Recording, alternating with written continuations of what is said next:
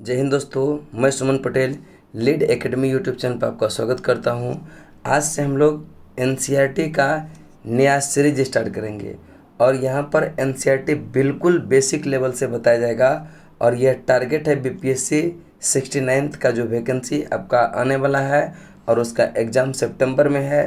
बिहार दरोगा का है, मेन टारगेट मेरा रहेगा। और एनसीईआरटी तब तक प्रयास करेंगे 6 से लेकर के 12 तक ये आपको कंप्लीट कराने का। प्रत्येक दिन एक चैप्टर आएगा, ठीक है। तो आपका आज हम जो स्टार्ट करेंगे 6 क्लास का हिस्ट्री स्टार्ट करेंगे। तो आज देखते हैं अध्याय 1 में क्या है। 6 क्लास के अध्याय 1 को चलते हैं, देखते हैं।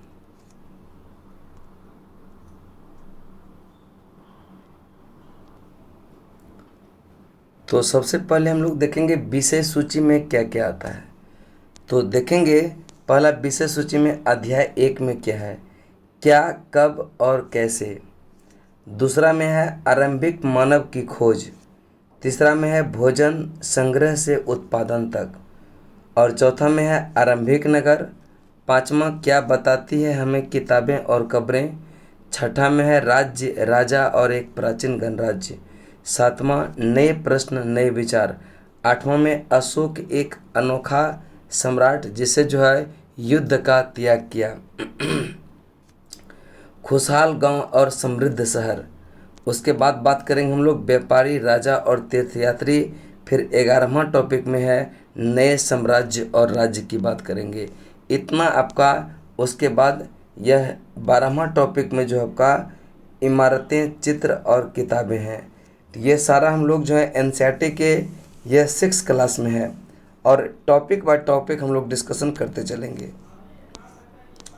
तो आज देखते हैं इसका पहला टॉपिक जो आप लोग का अध्याय 1 में है। तो क्या, कब, कहाँ और कैसे। देखिए यहाँ पर जैसे भी एनसीईआरटी का हम लोग शुरुआत करते हैं तो एक कहानी से शुरुआत होता है। तो इसमें देखिएगा कि पहला जो कहानी है रसीदा का सवाल है। रसीदा का सवाल क्या है इसको देखते हैं। करे कि रसीदा बैठी अखबार पढ़ रही है, अचानक उसकी निगाह एक सुर्खी पर पड़ी।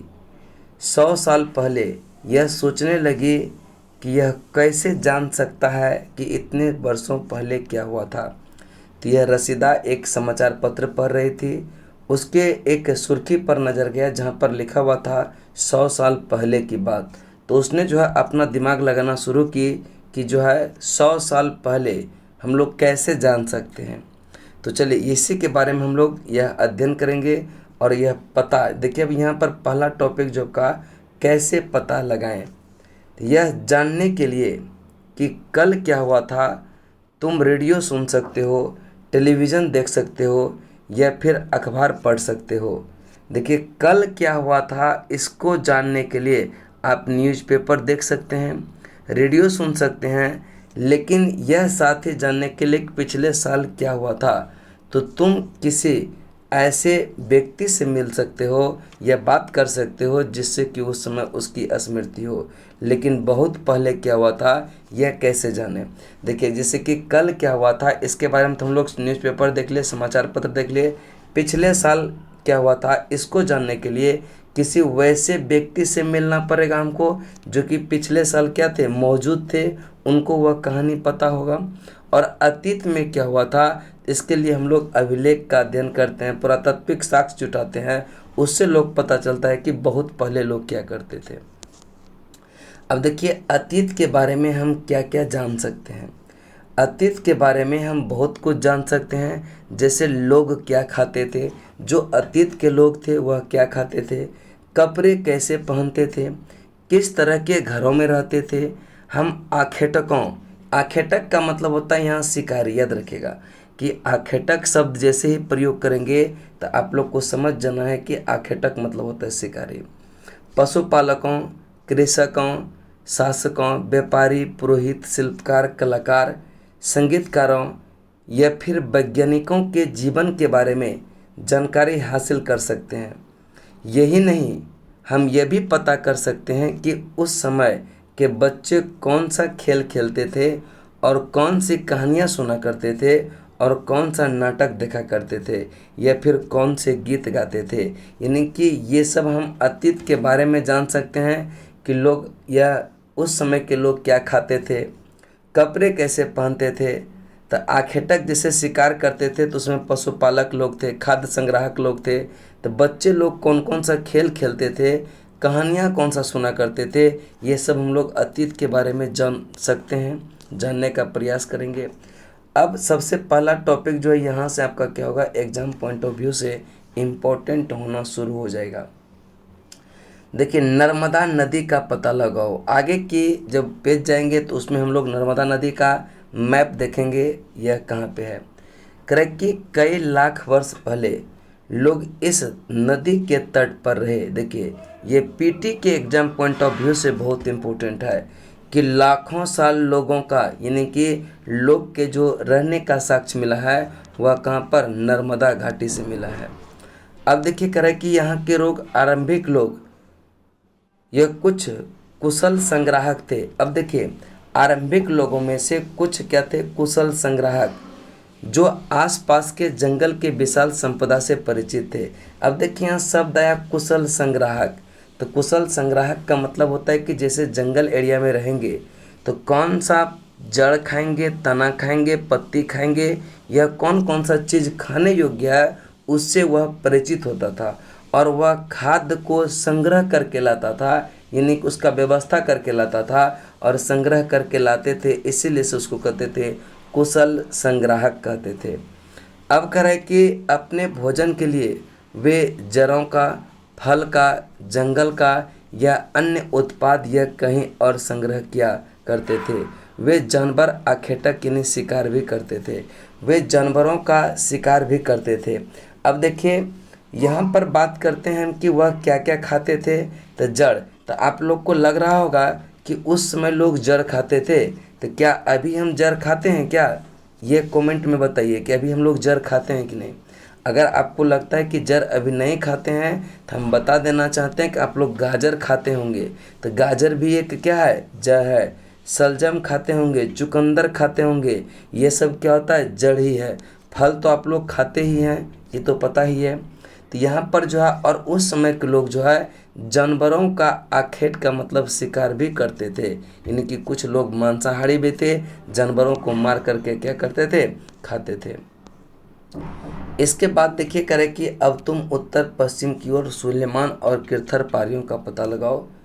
इस क्षेत्र में कुछ ऐसे स्थान हैं जहाँ लगभग 8000 वर्ष पहले यह स्त्री पुरुष ने सबसे पहले गेहूं और जौ जैसी फसल को उपजाना क्या किया था, आरंभ किया था।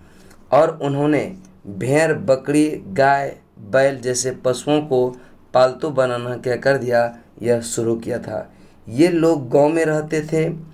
उत्तर पूर्व में गारो, मध्य भारत में विंध्य पर पहाड़ियाँ का पता लगाओ। कुछ अन्य ऐसे क्षेत्र थे जहाँ कृषि का विकास हुआ, जहाँ सबसे पहले चावल उगाया गया। वे स्थान है विंध्य के उत्तर क्षेत्र में। विंध्य के उत्तर क्षेत्र में यह चावल का सबसे पहला साक्ष्य मिला है। अब देखिए हम बात करते हैं कि सुलेमान और किरथर पहाड़ी का। देखिए ये हमारा प्यारा भारत है, इंडिया है, ये मैप दिख रहा होगा। ये आपका पाकिस्तान का एरिया पड़ता है। अब देखिए यहाँ पर क्या है कि एक किरथर पहाड़ी दिख रहा होगा आपको, और किरथर पहाड़ी का अगर लोकेशन पूछ दे, याद रखिएगा कि किरथर पहाड़ी यह सिंध तथा बलूचिस्तान में, यह झालवाना क्षेत्र में पड़ता है, झालवाना क्षेत्र में, और यह पाकिस्तान में पड़ता है। बात करेंगे सुलेमान पर्वत की, तो सुलेमान पर्वत जो है दक्षिण पूर्वी अफगानिस्तान और पाकिस्तान के सीमा पर है। कौन सा? सुलेमान पर्वत।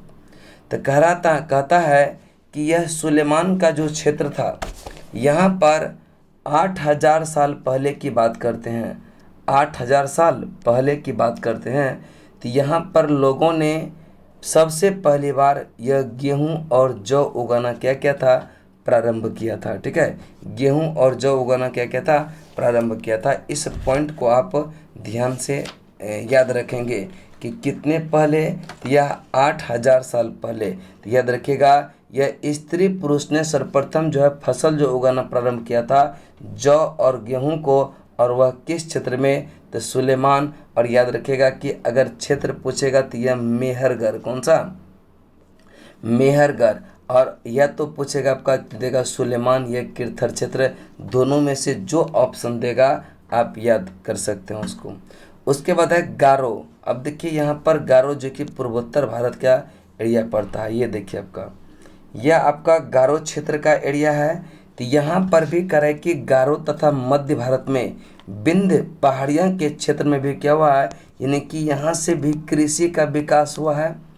चावल का सबसे यह पहले जो उगाया गया था विंध्य के, अब देखिए यहाँ पर विंध्य क्षेत्र है, आप लोग भले भांति जान लेंगे कि विंध्य क्षेत्र जो है यह भारत के लगभग 2 बराबर क्षेत्र में बांटता है।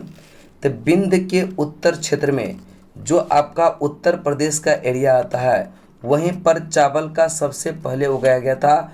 और वह स्थान पूछेगा तो याद रखिएगा संत कबीर नगर, जो कि उत्तर प्रदेश के लहोरा में पड़ता है, लहोरा देव में, ठीक है, इसको याद रखिएगा। उसके बाद आगे चलते हैं हम लोग आगे की पॉइंट पर। लोकेशन देख लिए, अब अगला पॉइंट पर चलेंगे, देखते हैं आगे क्या कह रहा है। अब देखिए मानचित्र में करें कि मानचित्र पर सिंधु तथा इसकी सहायक नदी का पता लगाने का प्रयास करें। सहायक नदी में उनमें जो है कहते हैं जो एक बड़ी नदी में क्या होता है, मिल जाती है। सहायक नदी उन नदियों को कहते हैं जैसे गंगा हो गया, तो गंगा में एक यमुना आके मिल जाती है, तो गंगा की अपेक्षा यमुना क्या है, छोटी है, तो वह क्या होता है, यानी कि एक बड़ी नदी में छोटी नदी का मिलान को ही कहते हैं सहायक नदी। करें कि यहाँ पर 4700 वर्ष पहले इन नदियों के किनारे कुछ आरंभिक नगर यह फले फूले, यानी कि सिंधु घाटी के क्षेत्र में जो नगरों का विकास हुआ था वह लगभग 4700 वर्ष पहले। गंगा और इसकी सहायक नदियों के किनारे समुद्री तटवर्ती इलाकों में नगर का जो विकास हुआ यह 2500 साल पहले की बात करते हैं। अब करें कि गंगा तथा इसकी सहायक नदी सोन का पता लगाओ। तो गंगा के दक्षिण में इन नदियों के आसपास के प्राचीन काल में मगध नाम से जाना जाता था। अब यही क्वेश्चन बीपीएससी में था कि गंगा के दक्षिण में जो प्राचीन क्षेत्र था, प्राचीन काल में उस क्षेत्र का नाम क्या था, तो यह मगध था। तो यहाँ देखिए एनसीईआरटी के 6 क्लास से यह 2 क्वेश्चन आपका क्या है, पहला पेज से ही है बीपीएससी में। इसके शासक बहुत शक्तिशाली थे, उन्होंने एक विशाल राज्य स्थापित किया। देश के अन्य हिस्सों में भी ऐसे यह राज्य की स्थापना की गई। लोग सदैव उपमहाद्वीप के एक हिस्से से दूसरे हिस्से तक यात्रा करते थे। कभी कभी हिमालय जैसे ऊंचे पर्वत, पहाड़ी, रेगिस्तान, नदी तथा जो है समुद्र के कारण यात्रा क्या होता था, जोखिम भरा होता था। तो पहले जो अभी हम पढ़ाए हैं उसको थोड़ा सा मैप से फिर से समझते हैं। देखिए कह रहा है कि सिंधु घाटी का पता लगाने के लिए, तो सिंधु घाटी का जब हम पता लगाते हैं तो देखिएगा मैप को, कह रहे कि यह तिब्बत से निकलती है और ये आपका जो रेड कलर का दिख रहे हैं यह क्या है, सिंधु नदी है। इसकी सहायक नदी, अब हम कलर चेंज कर देते हैं, इसके सहायक नदी का बात करते हैं तो देखिए ग्रीन से सहायक नदी देंगे। जैसे आपका हो गया झेलम हो गया, फिर आपका चेनाब हो गया, रावी हो गया, सतलज हो गया और एक आपका ब्यास हो गया। तो ये सब जो है सिंधु क्या है, सिंधु नदी का सहायक नदी है, ठीक है, सिंधु नदी का सहायक नदी। तो अब कह रहे हैं कि सिंधु और उसके जो सहायक नदी है इस क्षेत्र में जो यह नगरों का विकास हुआ था लगभग 4700 साल पहले हुआ था। उसके बाद देखेंगे यमुना नदी की बात करते हैं, ठीक है। यमुना नदी की जब बात करेंगे तो ये अब देखेंगे यहाँ से गंगा निकलती है हरिद्वार से, ठीक है। उसके बाद यह बंगाल की खाड़ी में बांग्लादेश होते हुए बंगाल की खाड़ी चली जाती है और यह आपका यमुना उसकी सहायक नदी है। फिर चंबल जो है यमुना की सहायक नदी है, सोन गंगा की सहायक नदी है। तो कह रहे कि गंगा और इसके सहायक नदियों के किनारे जो नगरों का विकास हुआ था इस क्षेत्र में, तो यहाँ पर 2500 साल पहले हुआ था। और यह जो आपका सिंधु घाटी क्षेत्र था यहाँ पर 4700 साल पहले। अब एक बात और देखेंगे, करें कि ये तो आपका गंगा नदी है, ठीक है, ये गंगा नदी है जो कि आपका बंगाल के खाड़ी में जाके गिर जाती है। करें कि गंगा नदी के दक्षिण में इसकी एक सहायक नदी है सोन नदी, ये नदी दिख रहा होगा, ये आपका सोन नदी है। तो करें कि सोन नदी के आसपास के क्षेत्र को यह प्राचीन भारत में यानी प्राचीन काल में किस नाम से जाना जाता था, तो मगध। और मगध साम्राज्य जो है यह काफ़ी विस्तार था, शक्तिशाली था। मगध साम्राज्य का उत्कर्ष यानी संस्थापक जो था वह बिंबिसार को माना जाता है। चलिए उसके बाद देखेंगे हम लोग कि लोग यह यात्रा क्यों करते थे। तो यात्रा में यह क्या होता था कि यह इधर से उधर जब यात्रा करते थे तो जैसे पहाड़ी मिल गया, रास्ते में पर्वत हो गया, रेगिस्तान हो गया, नदी हो गया, इस सब के कारण क्या होता था, यात्रा काफ़ी जोखिम भरी होती थी। फिर भी लोग यात्रा के लिए यह असंभव नहीं थे।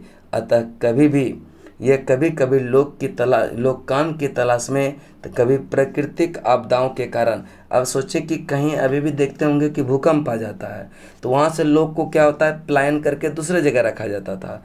और अभी भी जो है, जैसे अतीत में भी होता था, कोई प्राकृतिक आपदा हो गया, हो सकता है कि बहुत भयंकर बाढ़ आ जाए, तो उस क्षेत्र से लोग पलायित करके क्या होता था, दूसरे जगह चले जाते थे। और यह आपदाओं के कारण भी हो सकता है कि लोग दूसरे जगह जाते होंगे। कभी कभी सेना दूसरे क्षेत्र पर विजयी।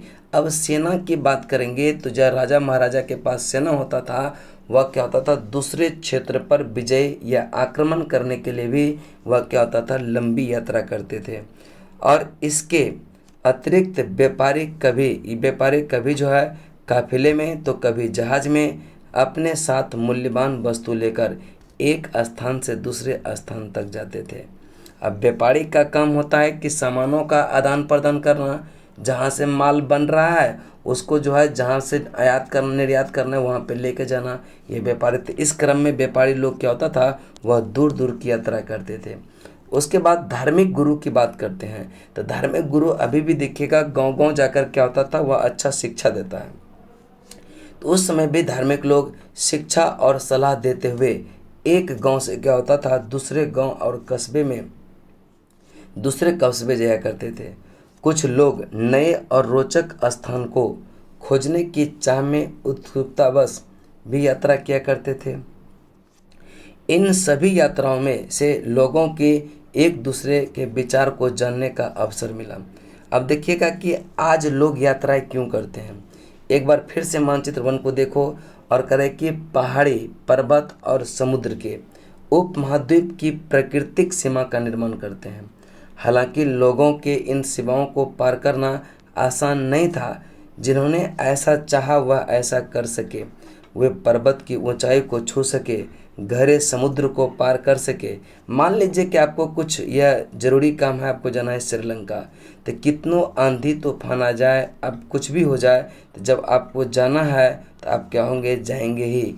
यानी कि ज़रूरत के हिसाब से लोग जो है इधर उधर यह घूमते रहते थे। उपमहाद्वीप के बाहर से भी कुछ लोग यहाँ आए, यानी कि उपमहाद्वीप की बात करते हैं तो यहाँ उपमहाद्वीप का मतलब हमारा यह प्यारा भारत की बात कर रहे हैं। और यहीं बस गए। लोग के इस आवागमन से हमारे संस्कृति और परंपरा को क्या हुआ, यह समृद्ध, ठीक है, समृद्ध किया। और कई सौ वर्षों से लोग पत्थर के तराशने, संगीत रचने और यहाँ तक कि किसी यह भोजन बनाने के नए तरीके के बारे में एक दूसरे से विचार करते या अपनाते थे। अब मान लीजिए कि आप अभी बिहार में रह रहे हैं और आप साउथ चले गए, तो साउथ का भोजन बिहार के भोजन से काफ़ी क्या है, अलग है। या फिर आप कभी अंडमान निकोबार में चले जाइए, तो अंडमान निकोबार में अभी भी वहाँ के लोग जनजाति जो है वह क्या होता है, मछली खाकर अपना जीवन यापन करते हैं। बिहार में लिट्टी चोखा फेमस है, तो यह तमिलनाडु में आपका इडली डोसा ये फेमस है। तो क्या होता है कि इससे यह पता चलता है कि सामाजिक भिन्नता भी थे, अलग अलग लोग आते थे, तो अलग अलग खाना का आकार प्रकार भी होता था, लोग अलग अलग चीज़ें पसंद करते थे, और लोग जो है एक दूसरे के विचार यानी कि भाषा भी अलग होता था। तो क्या होता था, एक दूसरे के विचार को क्या होते थे, अपना लिया जाता था। उसके बाद देश के नाम की बात करते हैं।